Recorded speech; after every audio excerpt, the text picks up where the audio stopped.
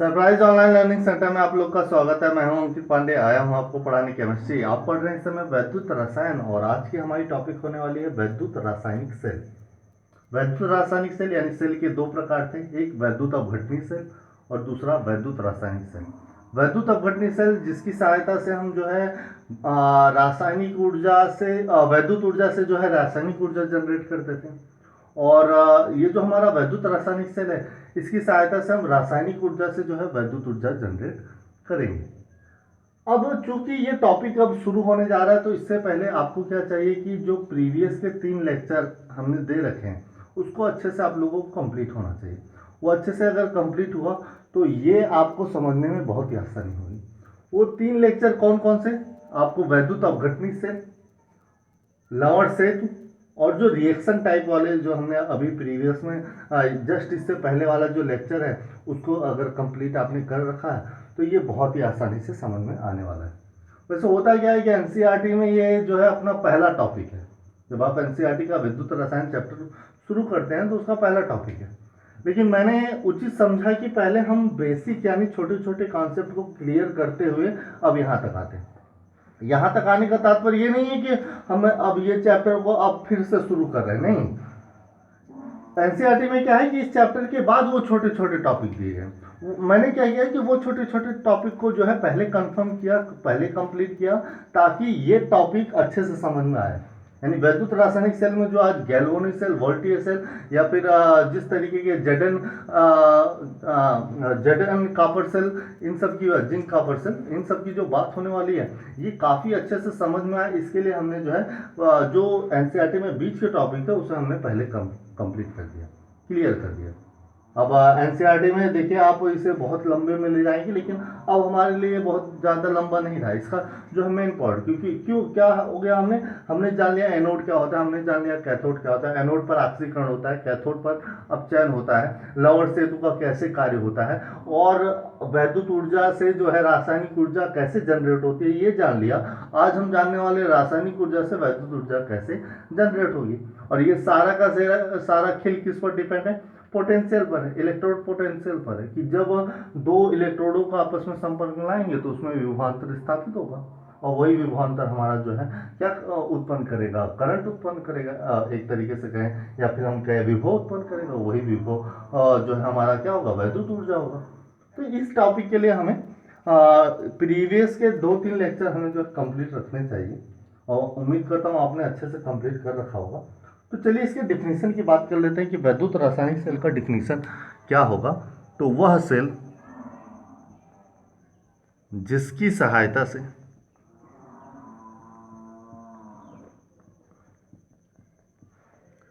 रासायनिक ऊर्जा को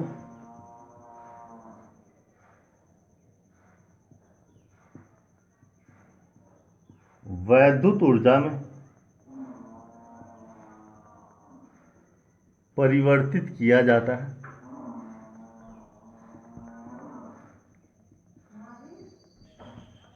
वैद्युत रासायनिक सेल कहलाता है।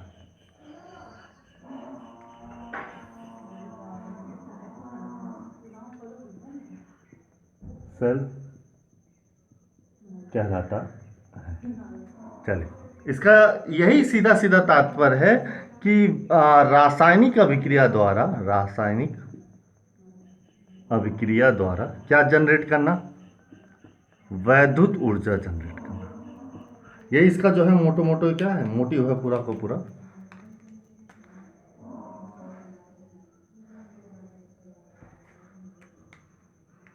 इसके अतिरिक्त हम ये देखिए वैद्युत अपघटनी सेल में जाना कि वो जो है अस्वतः परिवर्ती अभिक्रिया थी, लेकिन ये कैसे, ये स्वतः परिवर्ती अभिक्रिया।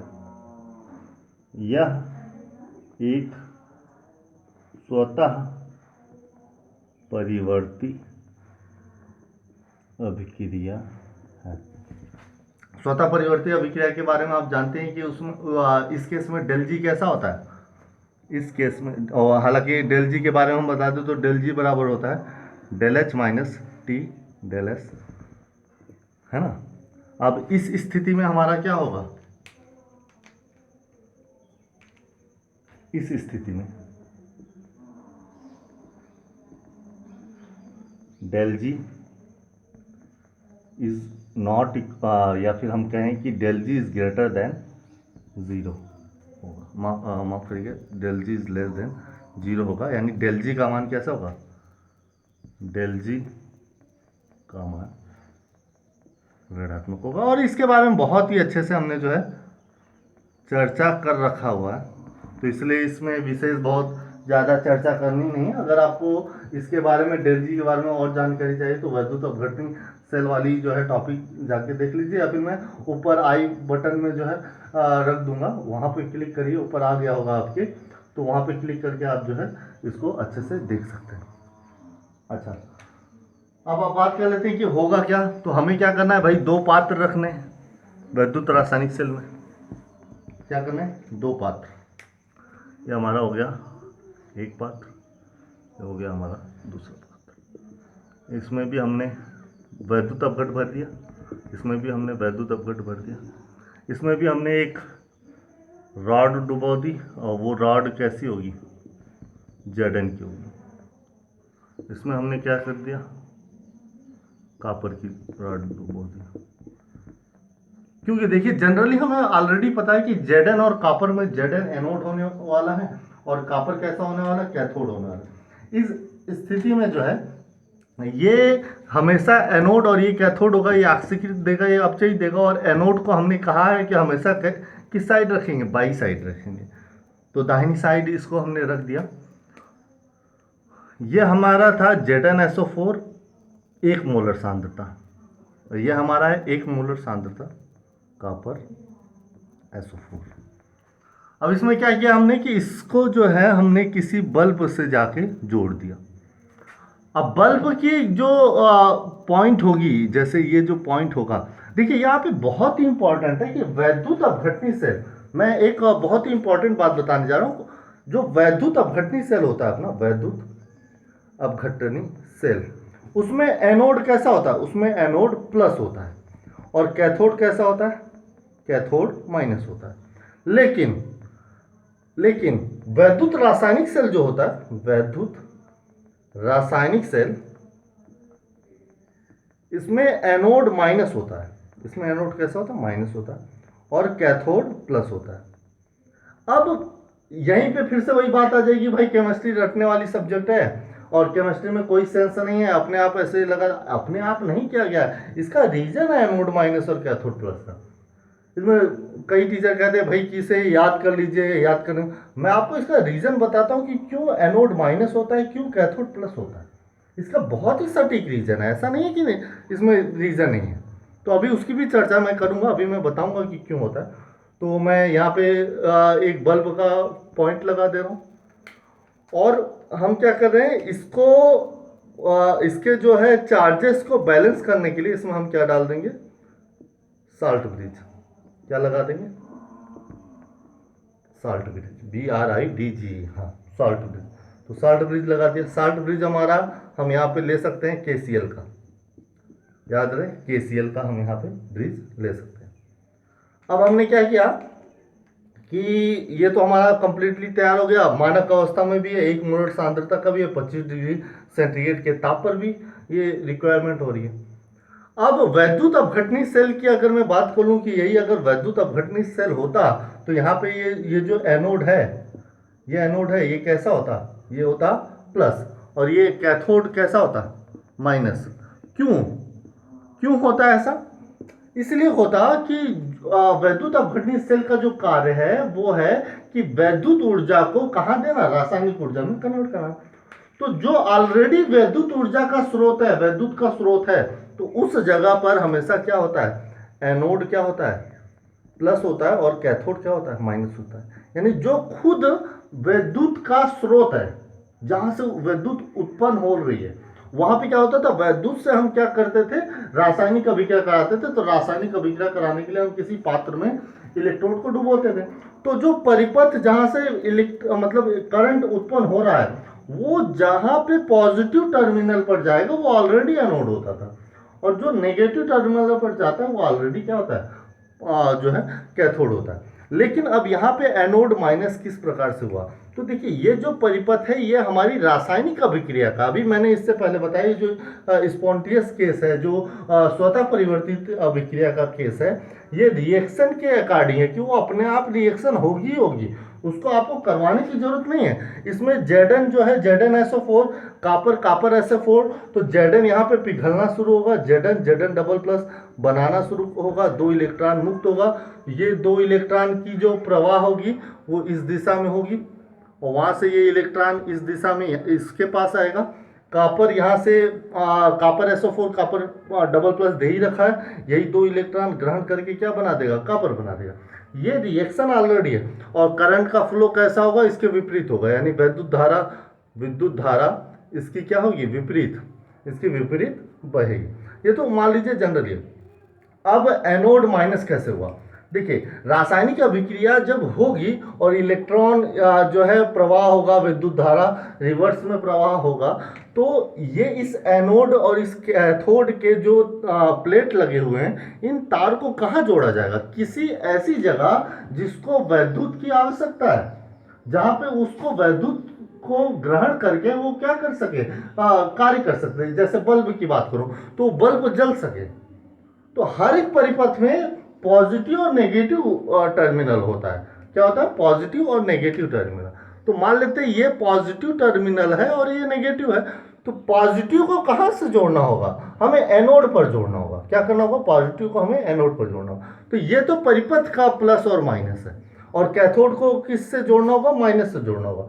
तो इस प्लस को हम अगर किसी के साथ ज्वाइन कराएं तो प्लस को प्लस के साथ नहीं ज्वाइन करा सकते, हम माइनस के हमें साथ करवाना पड़ेगा। तो यहाँ पे एनोड हमारा जो बेसिकली कार्य करेगा वो माइनस का कार्य करेगा, और ये जो माइनस है इसकी वजह से ये कैथोड किसका कार्य करेगा, प्लस का कार्य करेगा। दूसरे रूप में ये भी हम समझ सकते हैं कि जब ये ऑक्सीकरण अभिक्रिया होगी, यहाँ पे हम कौन सी अभिक्रिया इसे देंगे, अर्ध ऑक्सीकरण अभिक्रिया। इसे कौन सी अभिक्रिया देते हैं, अर्ध ऑक्सीकरण अभिक्रिया, और इस पर देने वाले को क्या देते हैं, अर्ध अपचयन अभिक्रिया। इससे पहले जनरली क्या क्या होना है, ये ZnSO4 किस रूप में टूटेगा, ये ZnSO4 हमारा टूटेगा, ZnSO4 टूटेगा Zn double plus plus SO4 double minus में।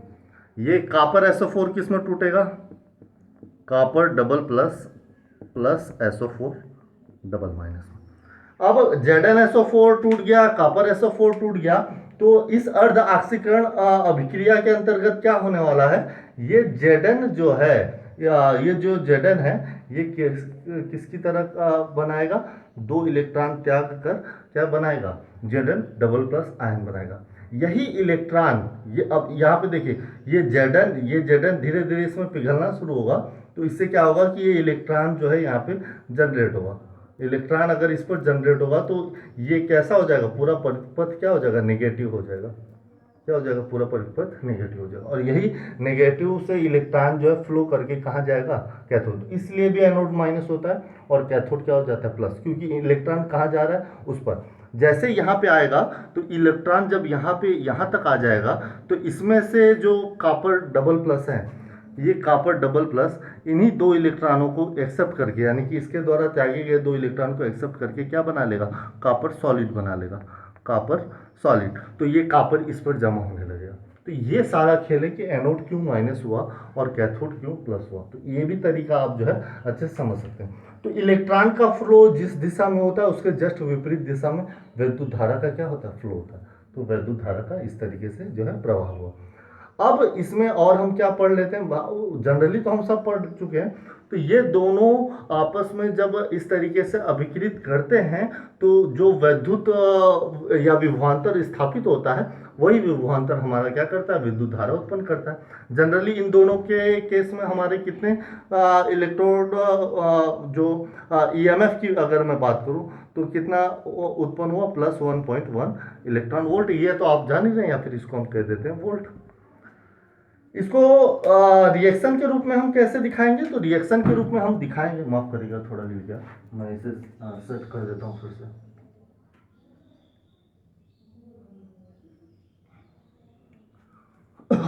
तो हम इसे ईएमएफ को कैसे दिखाएं, यहाँ पे 1.1 वोल्ट का जो है जनरेट हो गया।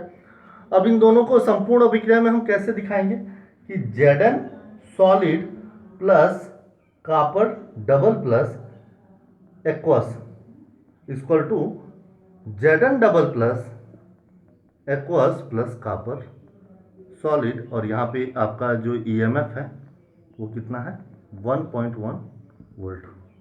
यहाँ पे कितना 1.1 वोल्ट। तो ये भी आप जनरली जान चुके हैं, ये तो देखिए इसीलिए कि आप प्रीवियस क्लास में अच्छे से पढ़ चुके हैं। इसको शॉर्ट फॉर्म में कैसे लिखेंगे, तो Zn single oblique Zn double plus aqueous double oblique copper double plus aqueous single oblique copper solid. तो इसको शॉर्ट फॉर्म में इस तरीके से भी लिखा जा सकता है। तो उम्मीद करता हूँ ये पूरी टॉपिक आपको अच्छे समझ में आ गई होगी। इसी सेल को हम किस किस नाम से जान सकते हैं, इसी को हम गैल्वोनी सेल कह सकते हैं, इसे हम डेनियल सेल कह सकते हैं, इसे हम वोल्टीय सेल कह सकते हैं। अच्छा, वोल्टीय सेल तो मान लीजिए उसको भी क्या कहेंगे, इसे हम Zn कॉपर सेल भी कह सकते हैं। तो इतने सेल से इसके नाम की चर्चा होती है, इतने सेल से हम जो इसे अच्छे से समझते हैं। तो यही था वैद्युत रासायनिक सेल और Galvani cell, Daniell cell, Zn cell और कॉपर सेल। तो ये टॉपिक तो हमारी समाप्त हुई। अब हमें व्हाट्सएप क्लास में कोमल चौरसिया का कल एक मैसेज आया था और उस मैसेज के अंतर्गत एक सवाल पूछा गया था। वो सवाल क्या था, वो सवाल था हमारा, वो सवाल मैं लिख दे रहा हूँ, उसका उत्तर मैं इसी वीडियो में दे दे रहा हूँ ताकि क्लास में मुझे बताना ना पड़े। तो सवाल ये था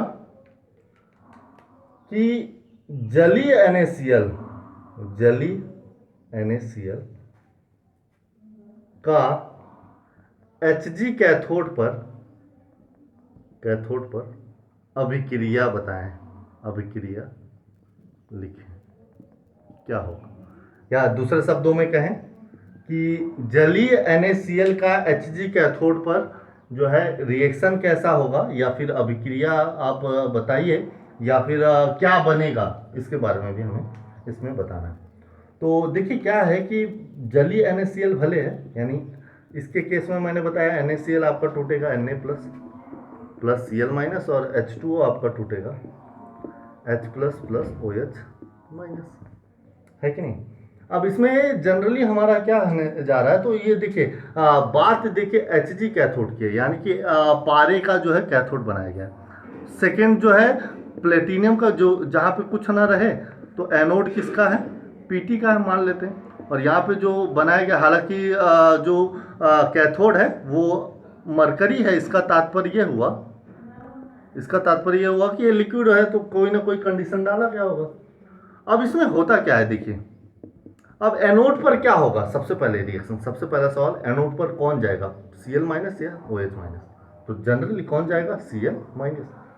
तो एनोड पर Cl माइनस जाएगा और वो क्या करेगा, Cl2 गैस बना के 2 इलेक्ट्रॉन क्या कर देगा, त्याग देगा। Cl2 गैस बना के 2 इलेक्ट्रॉन। लेकिन कैथोड पर ये कंडीशन होगा, कैथोड पर। अब चूंकि अगर ये Hg कैथोड ना होता तो Na प्लस और H प्लस में कौन जाता, H प्लस जाता, H प्लस नीचे होता, और H प्लस क्या करता, H2 गैस उत्पन्न करता, और बच जाता हमारा जो है कौन सा, Na प्लस और OH माइनस, और ये रिएक्ट करके NaOH बना देता और हमारा विलयन क्षारीय हो जाता। लेकिन Hg कैथोड के आने की वजह से ये जो 2 इलेक्ट्रॉन हैं और इसके जो 2 Na प्लस यहाँ हमारे प्राप्त हो रहे हैं, तो 2 Na प्लस ले लेते हैं, 2 इलेक्ट्रॉन ले लेते हैं और 2 Hg।